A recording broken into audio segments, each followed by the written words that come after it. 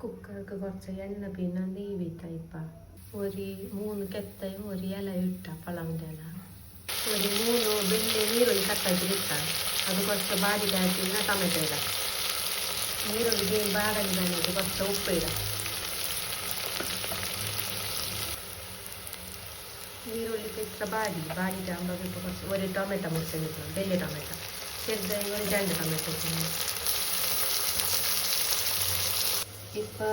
ഒരു 4 കായ്മുളക് ഒരു കണ്ട ശുദ്ധി ഒരു 4 വെള്ളുള്ളി പിന്നെ കൊത്തമ്പരി ചപ്പ് ഇത്ര ഇട്ടിട്ട് കുറച്ച് തണ്ണി വിറ്റിട്ട് ഗ്രൈൻഡ് ആക്കിയിരുന്നു ക്രഷ് ആക്കിയിരുന്നു ഇങ്ങനെ ഇപ്പോൾ ഈ മസാല ടൊമാറ്റോ വെന്തുകൊണ്ടല്ല അതിലേക്കിരുന്നു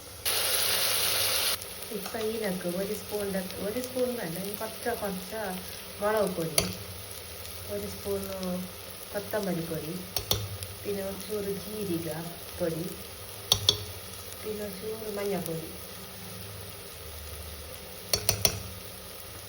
പിന്നെ കുറച്ച് ബിരിയാണി മസാല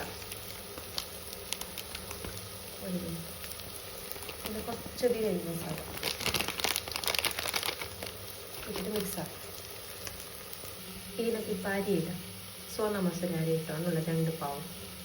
ഇപ്പം ഇതിന് 2 ഗ്ലാസ് അരി ഉണ്ട് ഇതിലൊക്കെ തന്നെ 3.5 ഗ്ലാസ് തണ്ണി വിത്തുന്ന തണ്ണി വിറ്റുക ഇനിയിപ്പോൾ ഇതിലൊക്കെ ഒരു 3 മുട്ട ഇടുന്ന 3 മുട്ട ഇട്ടിട്ട് 3 വിസിൽ എടുത്തിട്ടായിട്ട് നോക്കാം എങ്ങനെയായി